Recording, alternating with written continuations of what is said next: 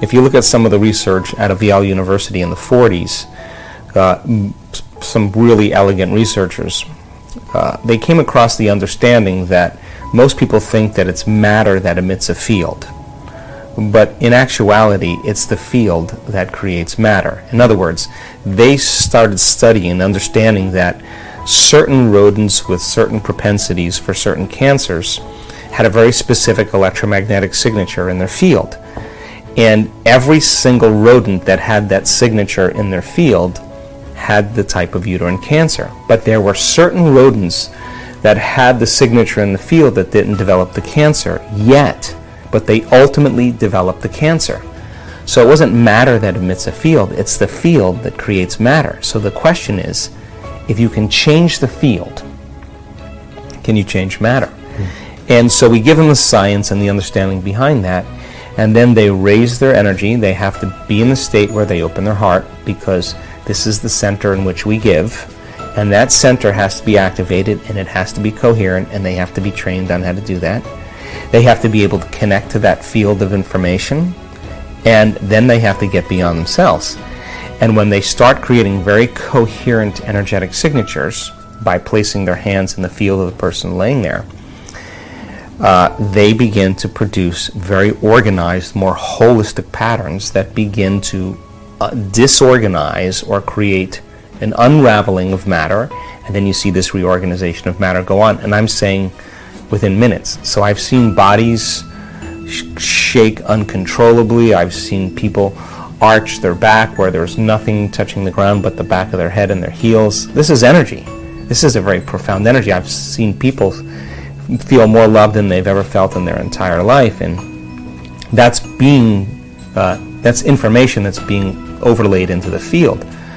And so the more they are connected to that field, the faster amount of time it happens. So we're getting good at it. I don't even claim to know everything, but I'm interested in closing the gap between knowledge and experience. And I don't think if we wait for science to tell us it's okay to do this, we make it another religion, right? But if we go out and do it, and we record it, then science has to change their laws to meet up with what's possible. And so I'm surprised more than a lot of people many times, because it just it shakes the present paradigm of my own personal conditioning, that of what I'm witnessing is happening, and these people are not monks, they're not priests, they're not holy people, they're not academics, they're common people, and that's the importance of all this. And this kind of healing, by the way, has been going on for thousands of years. There was herbs, there was ritual, and there was laying on of hands and energetic healing that was just part of what people did in many cultures. Treating it matter to matter, chemistry to chemistry, does work. It just takes time. So, but if you're starting to see these effects happening in no time, it's happening outside of time, like instantaneously, then that's a quantum phenomenon. So that's energy changing matter. Otherwise, if it's happening in no time, that's happening faster than the speed of light. So that's the realm of the quantum. So then, how much of people's day do they put on matter, their attention on matter? I would say for most people 100% of the time. Very close to it. If you had a group of people that yet they're taking all of their attention off of everything material and physical, and you can explain this invisible field of energy and information that exists beyond the space and time. There's no people there, there's no things there, there's no objects, there's no places, there's no planets, there's no light from the stars, there's no stars. It's an invisible field of nothing. But just because you can't see something doesn't mean it doesn't exist. So then you can only experience that realm with your awareness. And when you become pure consciousness, you leave this three-dimensional reality behind. Now you can execute greater effects on the nature of reality, on the material world. So in other words then, in order for you to heal your body, you got to get beyond your body. In order for you to change something in your outer environment, you got to get beyond the memory and the emotions that keep you connected to the problem that exists in your outer world. And so then people start to figure this out, and you're having them every day paying attention to this field, keeping their awareness on it, staying present with it, becoming more aware of it, feeling it, moment after moment after moment, every single time they have an experience or they feel something, experience lays down circuitry in their brain. So now they're laying down the hardware for them to experience that field even more the next time. And plasticity works where you have to stretch beyond the known. You have to stretch outside your comfort zone. So then as they start to interact with that field, with their awareness, not with their bodies, but with their awareness, the brain's tracking it neurologically. And so now they're putting the circuits in place for them to stay connected to the field. And then the side effect of that is they start producing greater effects on their life, because now they understand now what they're doing and why they're doing it. So we've seen all kinds of amazing things go on in these coherence healings, and I want to get better at it. I want our community to get really skilled at it, and they can work themselves up into this state. You can ask people that come to these events.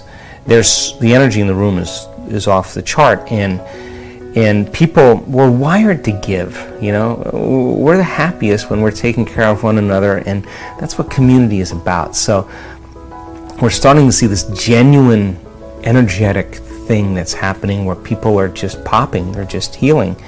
And it's exciting to me because, as I said, I'm waking up in my dream. I mean, this is my dream and it's happening, and so many other people are waking up in that dream, and we're giving people hope, because even the most angry, unhappy, selfish person that's suffering because of some health condition, when they finally surrender, I've seen it happen. I've seen those people have a very significant change in a condition or a disease that medical science had no solution for. So how do you explain that, first of all? And second of all, if it's happening in real time to one person, or it's happening repeatedly, there's got to be some scientific model, because anything that's repeatable is science. You start looking at those people and you start realizing that, wow, all the things that you thought that you were feeling sorry for yourself about, you just can't. So there's a 4-minute mile that's being broken in our community. We're piercing a veil, and that veil is so important because it's happening. Once we pierce it, it's in consciousness, it's in the field, which means it's more readily accessible. Great. But also, if you're witnessing it, miracles that you see that are so incredible, when you witness it and you're talking to the person next to you about it, now it's in the consciousness of three-dimensional reality. So to change then is to be greater than that environment. So then you would have to reprogram the way you'd think and the way you'd feel to no longer return back to the same state of being. Now that's the mastery, because it isn't just having a great meditation and then getting on the freeway and flipping everybody off or judging your coworker. Right. You just return back to the old self. You got to be able to maintain that modified state of mind and body your entire day. And if you can, get ready, because weird things are going to happen in your life.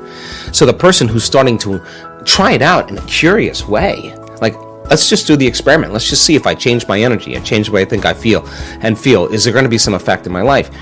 When they start seeing that, they're no longer like, oh, I got to go create my life today. They're actually excited to do it because they don't want the magic to end. They want to keep it going. Now, that's when it gets kind of cool, because this is when you start believing in yourself. And when you believe in yourself, you believe in possibilities, right? When you believe in possibilities, you got to believe in yourself. When you stop believing in possibilities, you can't believe in yourself. So people are waking up and going, wow, it doesn't matter your skin color, doesn't matter how rich you are, doesn't matter how healthy you are, it doesn't matter how young you are, how old you are, how in shape, out of shape. Not even if you've ever meditated before. It doesn't even matter. It's a formula. And you don't need 40 years of dedication to meditation to get it. You just got to understand the formula. And like playing ping pong or hitting a golf ball or dancing the salsa, you're going to figure it out sooner or later, and it's going to get easier and it's going to get fun. That's what we want for people. I assert that if you're not in the present moment, you're running a program, right? And paying attention is being present. And it's a skill just like anything else. The more you practice it, the better you get at it. And you know when someone's present with you in your life because they're paying attention to you. And you know when they're not present with you because they're not paying attention to you. So, where you place your attention is where you place your energy.